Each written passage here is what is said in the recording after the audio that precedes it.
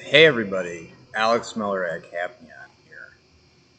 If you were watching my other videos or reading the newspaper or you've crawled out from under a rock recently, you might have a sense that artificial intelligence is going to put a lot of pressure on our older regime of intellectual property law.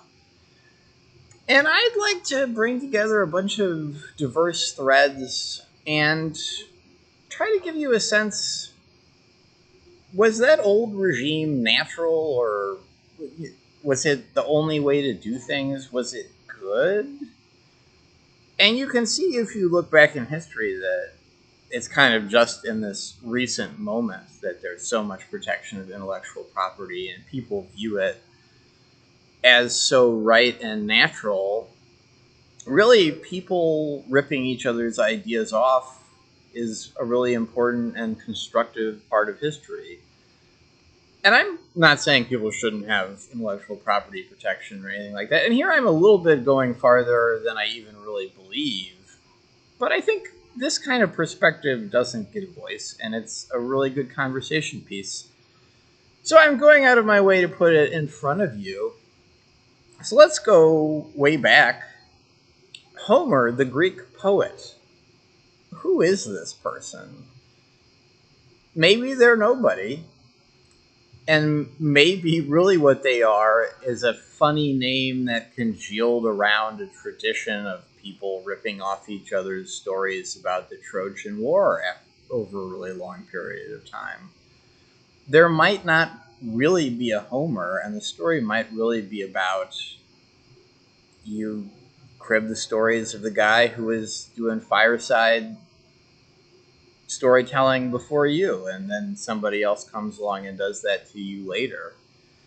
You can keep going with this kind of reasoning a long time. So if you're a James Joyce fan, Ulysses, in some ways, is a ripoff of Homer also. And you can see in this example, we don't talk this way. James Joyce ripped off Homer, because this kind of thing is traditionally actually very prestigious to take Shakespeare, for example, and then essentially keep that same story and tell it in a slightly new way.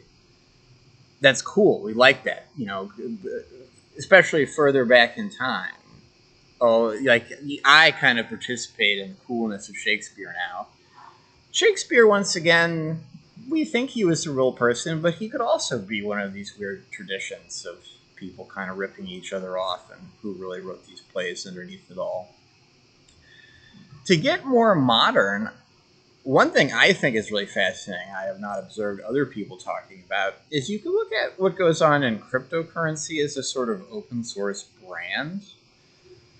Nobody owns a trademark on Bitcoin, as far as I know. It's a kind of open source brand that anybody can use, and the brand image, the brand identity of Bitcoin is basically the center of mass of all the people that are using it, and you could say ripping it off at any given moment.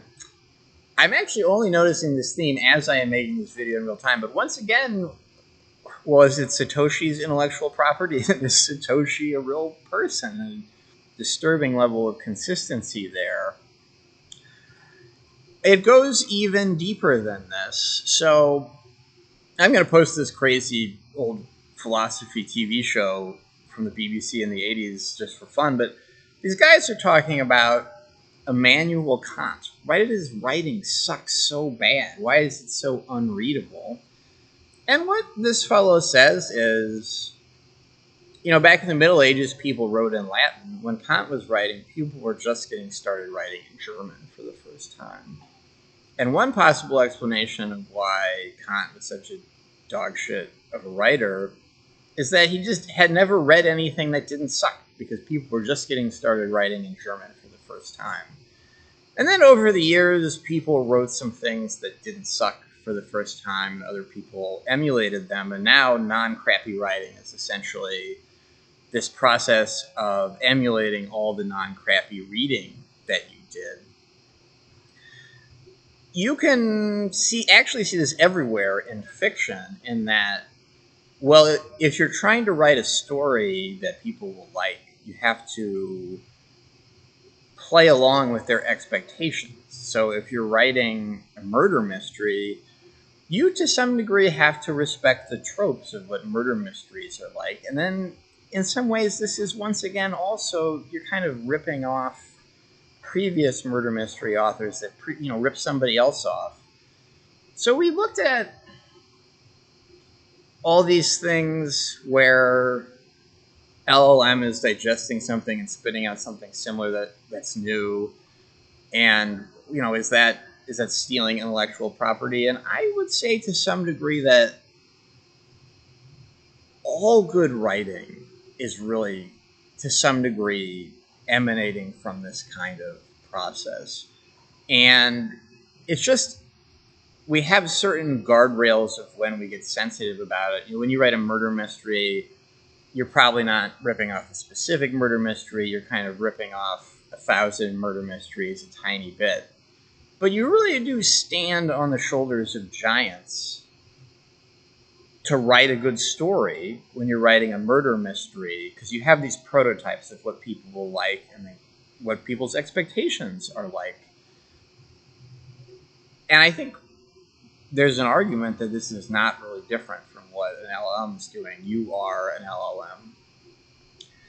So this is not a legal opinion. There's no prediction about the future here. I don't even want to get normative about what's right and wrong, about how much you can emulate somebody else's art when you make your own art. But, the broader history of humanity is not at all that somebody writes something and nobody can ever touch it again. We always start from scratch when we create art. Art is always a sort of implicitly collaborative, historically developmental process when it goes well to a significant degree, as is technology.